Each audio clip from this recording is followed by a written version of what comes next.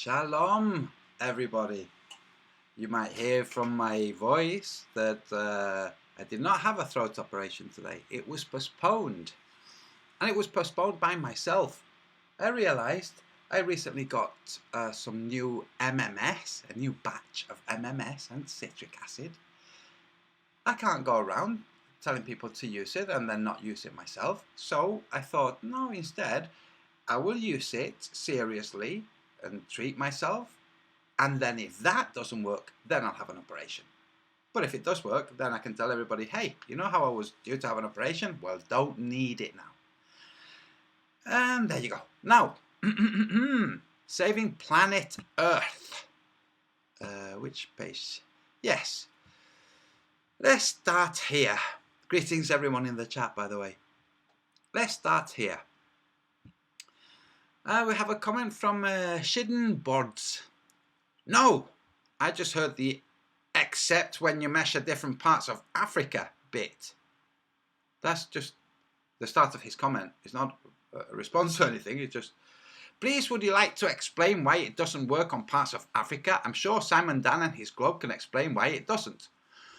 The Dim Dim didn't actually pay attention. He said, look, if you're measuring between your elbow and your the distance between your elbow and your fingernail on your heart finger, okay, or your middle finger.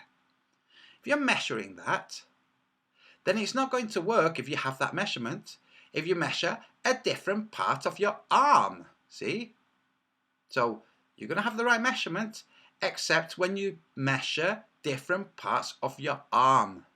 Anyway, my response to him was, the guy who doesn't know that Athens is not in Albania is going to explain what?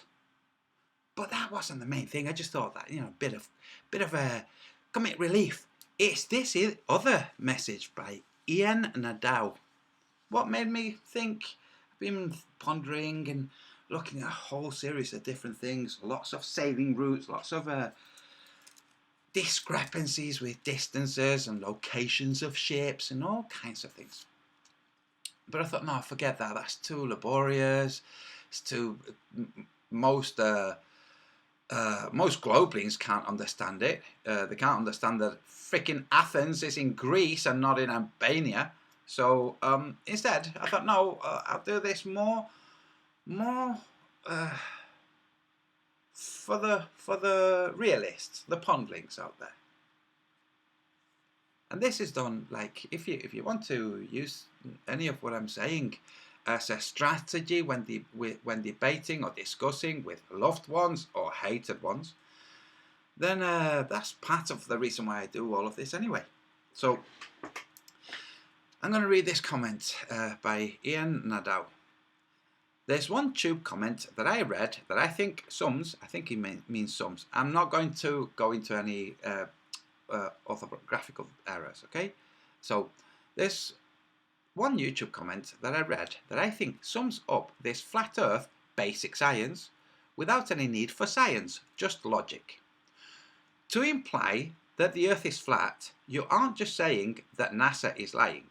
You're not just implying that there's one company that's lying.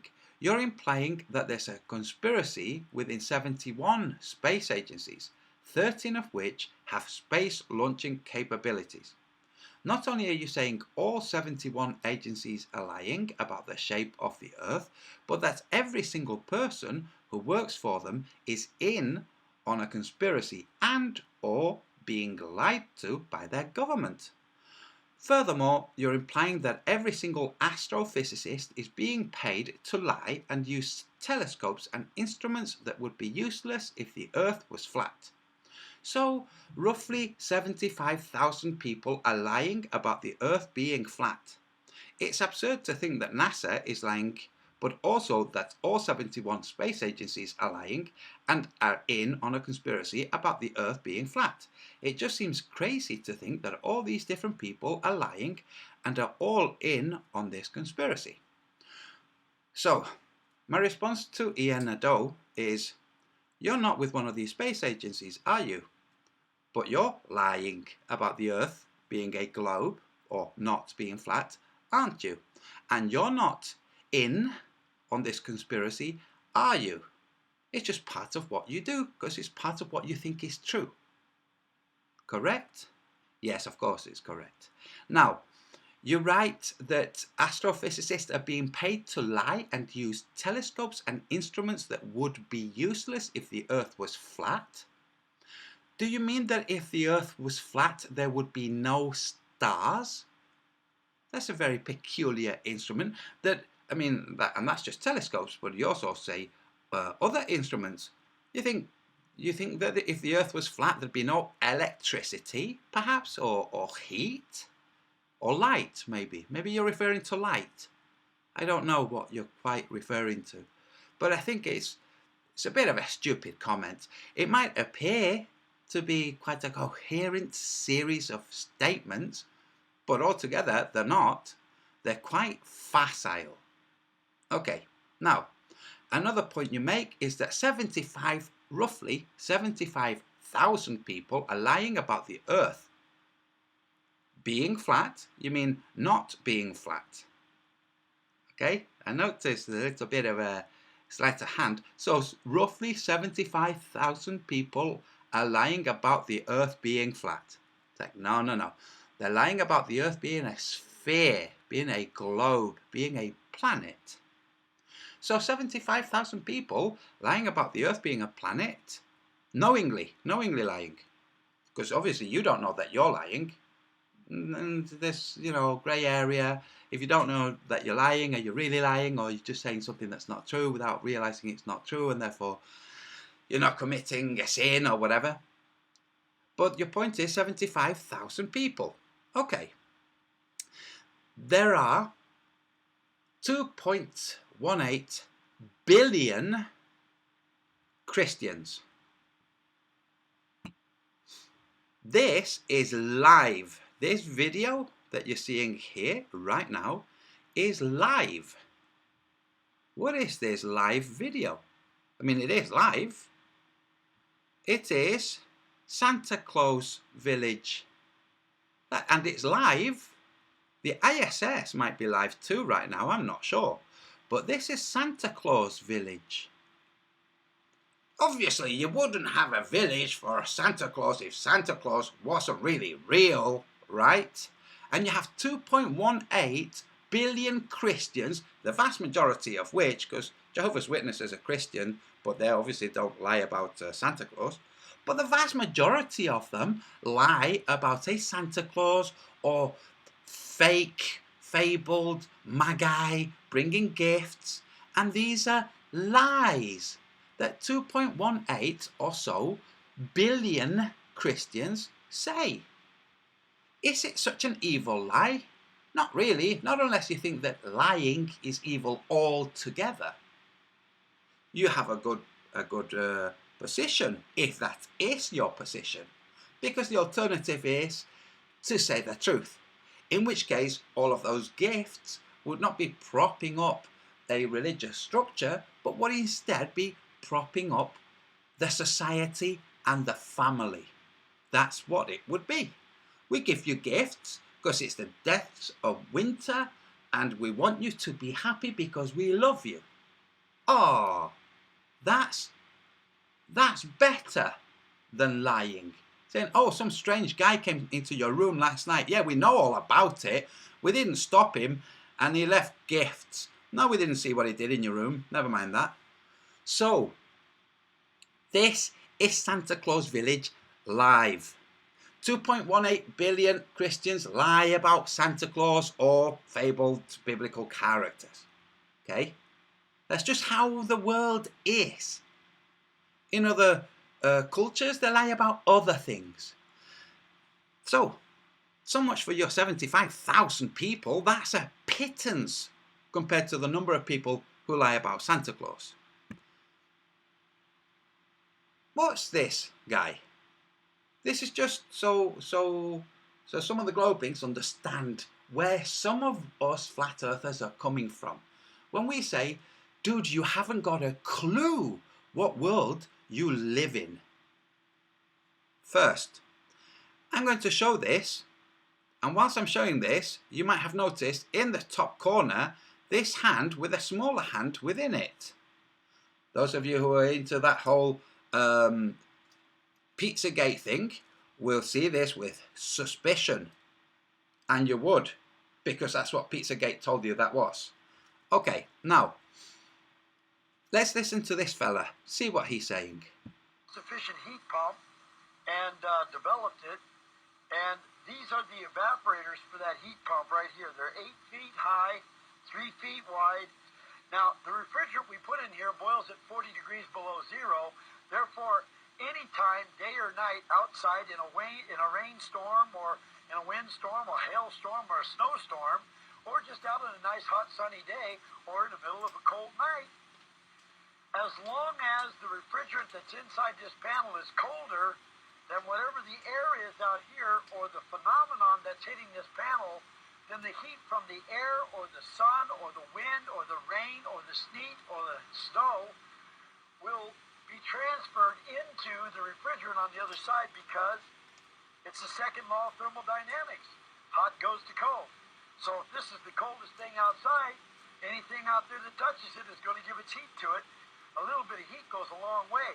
That gas starts expanding like crazy, and as it expands, it then is drawn into the compressor, not through suction. I've got engineers and inventors that don't like to use the term suction, but through negative pressure. So as the compressor is creating this negative pressure, the gas is migrating to it. And so a compressor is a gas pump. It'll pump gas. And so the gas is being pumped by the compressor compressor, elevated in temperature, and even though if you touch this panel, it's ice cold to your hand, and if you touch the line going out of the panel, it's still ice cold to your hand. When it hits that compressor takes all the gas in this space, puts it in that space, elevates the pressure and the temperature. Going out of the compressor, do not touch that line whenever that thing is on, because it's 200 to 250 degrees hot. Proved that they built the steam engine wrong. I had the pleasure of building his unit in my research lab, and we took his great big unit, because why wouldn't I want a great big one? I don't want to put everybody on the grid system with a new system that can exploit them some more with all the arrogance that comes with it. I wanted to give people the opportunity to be totally independent of the grid system. Remember, that was my goal. So we took the big one we had and we scaled it down into a model not much, a little bit smaller than this one. It was a little smaller than this. It was about that long, about 13 inches long, 6 inches in diameter. And that one was going to be big enough to be able to power all the energy you needed for your house. And so I didn't want one bigger than that. I went across the United States of America telling my story. I told it in every state of the United States, and I got 1,000 people to join me telling my story. Now, sorry for pausing. I just want to bring attention to this, to those who understand the reference I made to Pizzagate and the small icon with the white hand and the black little hand inside it. This gentleman has nothing to do with this video posting. The channel that posted this video has that icon.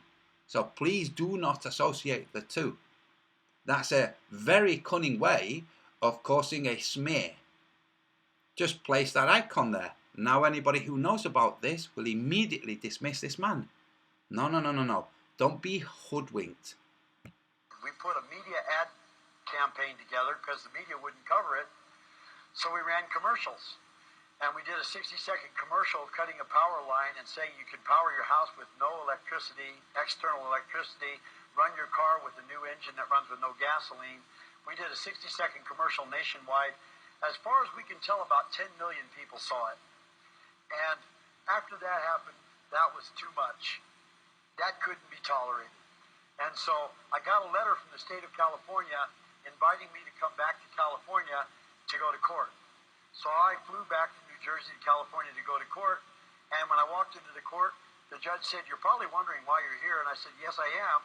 And he said, "Well, because I've been ordered by the state of California to put you in prison." And I said, "Well, that's really interesting. You're putting me in prison, but I've never been convicted of the crime. How do I go to prison without a trial and without being convicted?" And I said, "You can't do that, can you?" And he said, "Well," he says, "I've been ordered by the state of California to put you in prison, so that's where you're going, but sounds like you got a hell of a case for appeal." That, by the way, is a quote, and I do have the transcript. I walked out of prison 2 years ago, and now we have rebuilt our whole national network of distribution of distributors. We're in every state of the United States. We're in every major county of the United States. We have people now who understand exactly how the government works, exactly how the big boys work, exactly how the energy companies work. And we've got it all figured out, and we've got far more technology than we ever had in 1987. We got a lot more money than we ever had in 1987, and we're about to rock. The mistake of thinking I just had to build a working model and demonstrate it, and the world would come rushing in to congratulate me. The world did indeed come crashing in, rather than rushing, around me instead. The sheriff of Ventura County, California, with plenty of help, confiscated my technology before it could even be demonstrated, and as a result, I was not able to show it to the public beyond the half dozen or so workers that we had in the research facility who had witnessed it prior. We did, after an expert testified in open court that it did not work. An expert testified that it did not work. Like the mind of most globelings. At my preliminary hearing, we were able to prove that it did work to the judge in that case. Charges were brought against me for fraud, and I was supposed to still be in prison at this day that I'm cutting this because I was amassing something like a 40-year prison term. The charges, all the criminal charges, were dismissed by the judge that we proved in a court of law that the technology did work, and all the criminal charges were dismissed before having any kind of a trial. A private citizen videotaped the raid and refused to stop filming when the sheriff deputies threatened him, as shown on the video. And then they had their own cameraman come in and take his picture. They tried to intimidate him out of videotaping, but... Who does this? Going out with cameras and taking the pictures of the people doing any recording? Oh, yes! Scientology do that, don't they? He said he was making a documentary, and he's a private citizen, and he didn't work for me. And so they had no choice but to let him continue to film this. And so the video that you're watching was, we have a citizen to thank for that.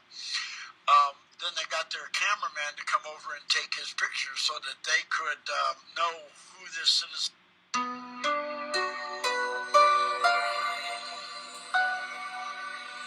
Bear with it. Oh, okay.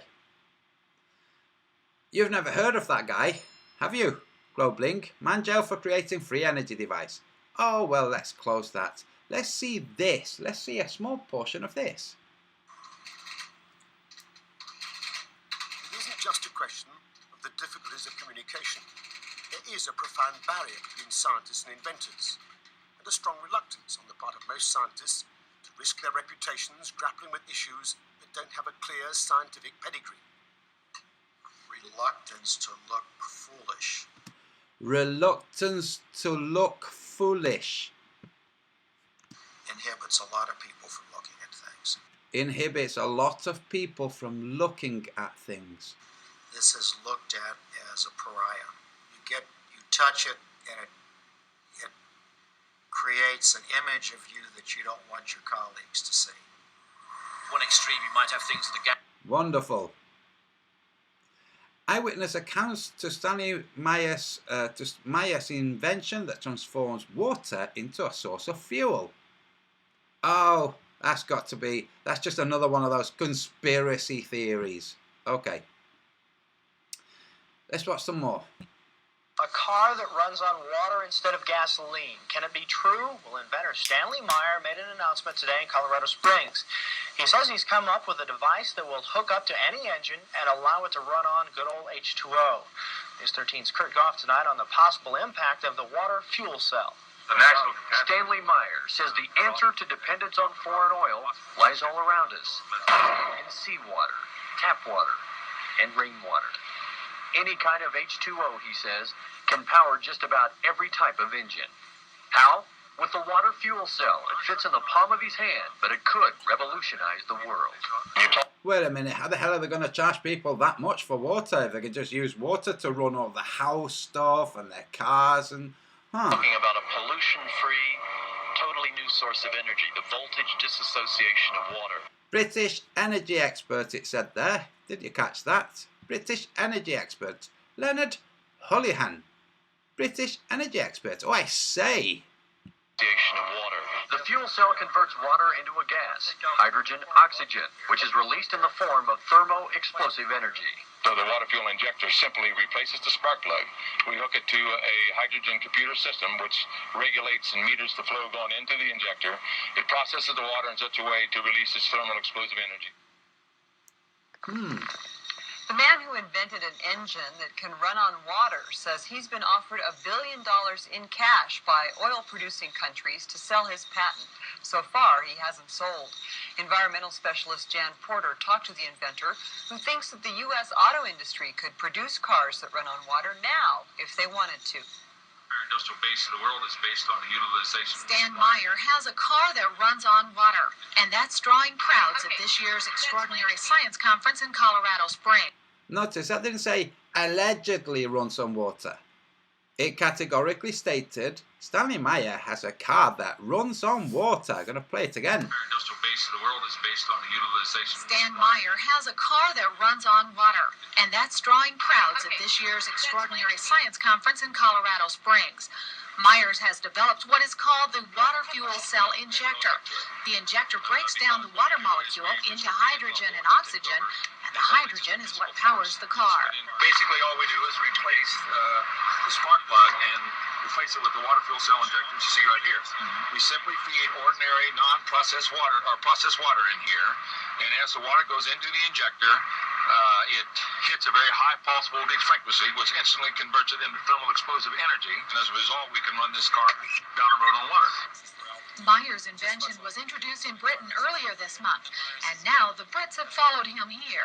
We recently took a scientific delegation to witness Stan's work, to really evaluate it, and came back saying, this is one of the most important inventions of the century. It goes on. Okay, now, you probably say, no, that's just a conspiracy theory. Well, let's watch this one. So you've driven your Mirai around and the fuel gauge is reading a little bit low. That means you're What fuel? going to have to find a hydrogen filling station. Oh, hydrogen. Oh, I see. They kill Stanley Meyer. They develop a system for producing hydrogen so people can pay for the hydrogen rather than have a device that makes hydrogen just from processing water through electricity. Oh, that's interesting. Why would that happen? You would think it would be easy. Here in Southern California, it actually is decently easy. We have around 20 stations, I believe, in California. Nationally, though, 31. Well, that's going to go down a storm. So, just do a search at Globe Believer or Globelings, Flatlings, Pondlings. Just ask your Globe Believing friends to do a search for a water-powered car and then introduce them to Stanley Meyer. So here you are. Here's just a general list. Just a whole bunch. Oh, there's Stanley Meyer's car. A whole bunch of them. Yes, that's right. Yeah, it looks like that conspiracy theory wasn't quite such a conspiracy theory. But so that the so that the Globelink won't pay attention to these things, we have these other things. And I thank Gene for this. This is why I've called this Saving Planet Earth. That's right. The Globelings can be distracted with ideas of saving planet Earth. What do we have right now with that Greta Thunberg or whatever she's called? Yeah, need to save planet Earth. 12 years. Moving the Earth, a planetary survival guide. What's this? What newspaper? What journal? What is this? Oh, it's a New Scientist. Oh, that's a peer-reviewed journal. Oh my gosh. So all you Glovelings out there saying, why don't you send your book for peer review? What? You think peer review means something now? Okay, so the clock is ticking inexorably towards doomsday. Even if we don't kill ourselves by poisoning the environment or overheating the planet.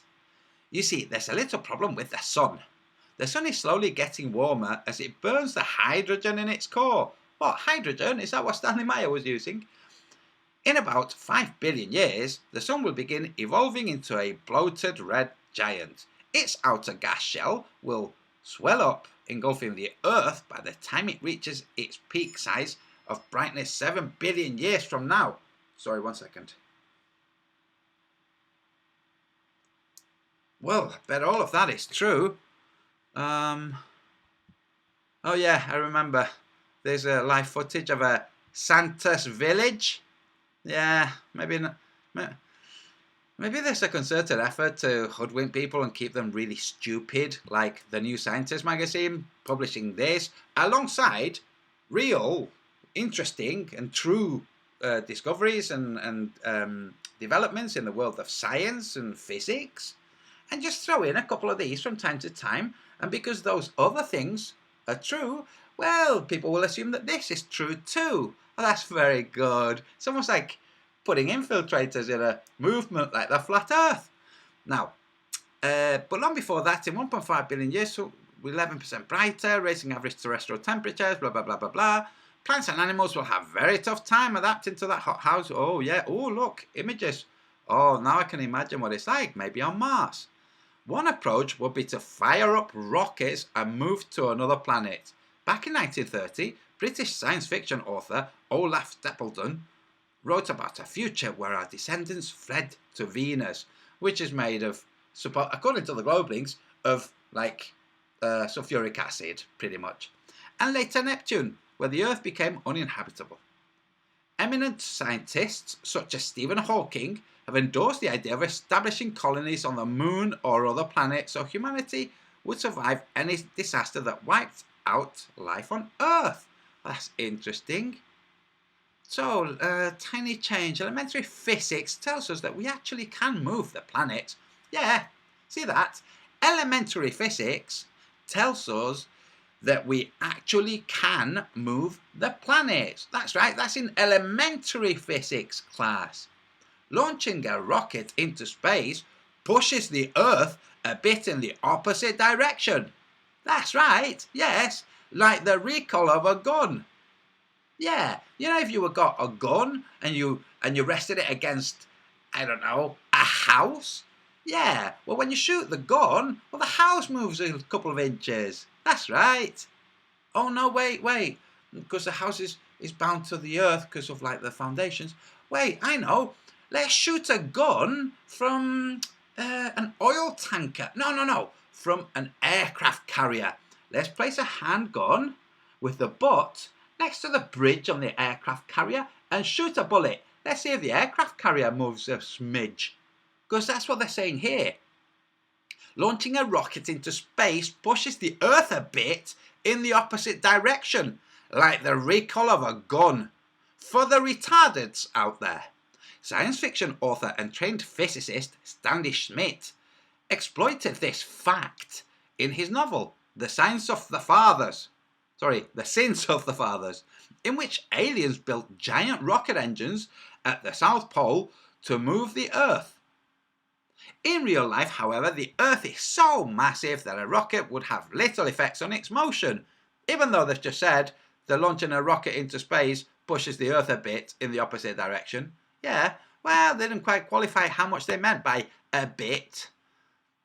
And now they say, well, really, rockets would be useless. Launching 1 billion 10-ton rockets in exactly the same direction would change the Earth's velocity by just 20 nanometers per second, peanuts compared to this planet's current speed of 30 kilometers per second. But you can't feel it. A few astronomers have tackled the problem of moving planets, but no, enough of this one. Let's close that, because that was obviously just a crock of shit. What's this then? Live science. Could we move the entire planet Earth to a new orbit? Yeah, just shoot loads of rockets. In the Chinese science fiction film The Wandering Earth, recently released on Netflix, humanity attempts to change the Earth's orbit using enormous thrusters in order to escape the expanding sun and prevent collision with Jupiter. The scenario may... and prevent collision with Jupiter? Okay. The scenario may one day come true. That's right, remember, Santa Village. Yeah, this is live from Santa's village. Where was I?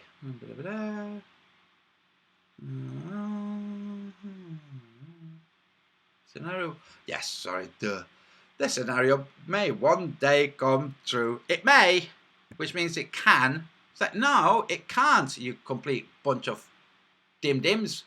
This is not a planet. You cannot save this planet. It is not a planet. You can't move it around space like an idea. Okay? In 5 billion years, the sun will run out of fuel and expand, most likely engulfing the Earth. A more immediate threat is a global warming apocalypse caused by Greta Thunberg. Moving the Earth to a wider orbit would be a solution, and it is possible in theory. There you go, it must be fact because it says in theory, and well, now physics theories are fact, aren't they? According to some very highly uneducated people. But how could we go about it, and what are the engineering challenges?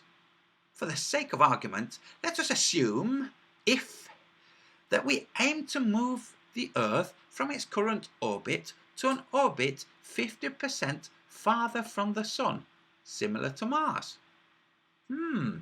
We have been devising techniques to move small bodies, asteroids, from the film Armageddon and Deep Impact, from their orbits for many years, mainly to protect our planet from impacts. Some are based on an impulsive and often destructive action, a nuclear blast near or on the surface of the asteroid, or a kinetic impactor. For example, a spacecraft colliding with the asteroid at high velocity. You mean, they mean just shooting it with something. These are clearly not applicable to Earth due to their destructive nature. Oh, destructive now, okay, I understand. Other techniques instead involve a very gentle, continuous push over a long time provided by a tugboat docked on the surface of the asteroid, or a spacecraft hovering near it, pushing through gravity or other methods. Yeah, okay, so spacecraft hovering near it, pushing through gravity or other methods, that's right, maybe we'll invent some other things. But this would be impossible for the Earth as its mass is enormous compared to even the largest asteroids. Electric thrusters. We have actually already been moving the Earth from its orbit. Every time a probe leaves the Earth for another planet, it imparts a small impulse to the Earth in the opposite direction, similar to the recoil of a gun. Oh, didn't we just read that in New Scientist? Lucky for us. But unfortunately for the purpose of moving Earth, this effect is incredibly small. SpaceX's Falcon Heavy is the most capable launch vehicle today. They don't use it to go to the ISS, no, they used the Russian ones, but never mind that. We would need 300 billion launchers at full capacity in order to achieve the orbit change to Mars. The material making up all these rockets will be equivalent to 85% of the Earth, leaving only 15% of Earth in Mars orbit. Wow. An electric thruster is a much more efficient way to accelerate mass, in particular ion drives, which work by firing out a stream of charged particles that propel the vessel forward. We could point and fire an electric thruster in the trailing direction of Earth's orbit. That's right, just like the trailing tail of the sun as it shoots its way through space. You know that comet-like trail that the sun has in its 500,000 mile an hour speed through the galaxy? Yeah, that comet tail that the sun has because it travels so fast. You know what I mean? Yeah, well, that. Kind of like that, but opposite. The oversized thruster should be 1,000 kilometers above sea level beyond blah, blah, blah. So some more bullshit. Now let's go to here. Ask Ethan. What's this? Forbes. Ooh, Forbes. Don't Forbes publish the 100 most influential gibberish? The 100 richest, the 100... That's Forbes. Forbes magazine. Ooh. Ask Ethan. Could we save the Earth by migrating it away from the sun? Well, the Kaplan thruster guy says, no, let's use the sun. Let's parasail the sun. Someday in the distant future, the Earth's oceans will boil, destroying all life on the planet's surface. Well, what about the life under the surface, in the water? Will they boil? Free shrimp for everyone, and potentially rendering Earth completely inhospitable. It's the type of global warming that no man can avert, the gradual warming that the sun experiences by burning its core fuel over its lifetime. Remember, this comes from Santa's village. That's right, the same kind of logic. Yeah, must be true, because look, people say it is, so it must be. But there may be a way to keep the Earth inhabited if we plan a very long-term solution, migrating the entire Earth. Is this really possible, though? That's what Matthew Nissen wants to know. Plausible, that was. I want to dream a bit. Go to Santa's land. Do you think it could be physically feasible to migrate the Earth's orbit with our current knowledge in science? To find out, we need to figure out how it's going to get. How hot it's going to get, and how fast, in order to move the Earth quickly enough to save it. The way any star gets its energy is by prayers from Father Christmas. Because this is just bullshit, the entirety of it. I'm about to wrap up, and I'll let everybody know in the chat, I'm going to rename this. I'm going to rename this Saving Zombie Planet Earth. Because zombies are entirely fictitious entities. Zombies do not really exist. Never have, never will. They are solely imaginary. And so is the planet Earth. And all of this saving and moving away and all of this is of a imaginary thing. It's like children saying, if we go to Santa's village, will we see Santa? And the lying adult saying, well, probably, yeah. And the children believing it. And the globelings listening to this have to admit that's what you're doing. You might think that you know that it's a globe, just like the child thinks that he knows that if he went to Santa's village, he would meet Santa, because obviously he's real. Because if he wasn't real, why would they have a village for him and show it live on YouTube? Okay? So, globe believers, this is a flat earther telling you you've been hoodwinked. You were hoodwinked for a long time. People who saw through the masquerade started pointing it out. You call them conspiracy theorists. When they pointed out 9/11 was an inside job, you called them conspiracy theorists. When they pointed out there are free energy devices out there, you said, no, they're not. It's a conspiracy theory. I've just shown you that some of those conspiracy theories were real world fact. The water-powered car of Stanley Meyer became the hydrogen fuel cell, which basically means the hydrogen tank. The fuel cell is just a tank that stores the hydrogen. Stanley Meyer made hydrogen directly from the water in the petrol or diesel car. Just same device, just fill it with water instead. Now guess who was in talks with Stanley Meyer shortly before he died to use his system to use hydrogen as a fuel source? NASA!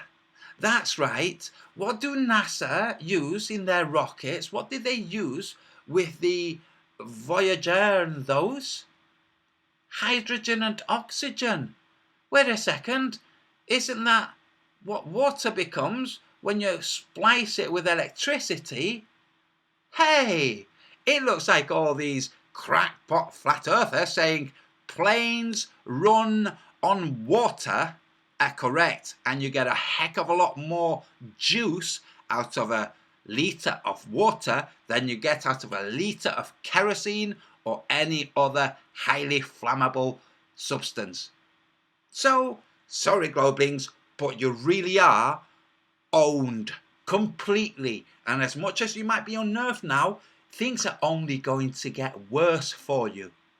Because every single new flat earther is one less of you. Bong! Okay folks, and with that I'm going to wrap up. I hope you enjoyed that. As you can tell, my voice is fine. Okay. Thank you very much everyone. Now I'm going to go in the chat and see what all of you guys were saying, because I've not had time to view whilst I was doing this. I will see you all soon. I'm going back to writing and I'm loving it. Okay, thank you guys. See you all later. Bye.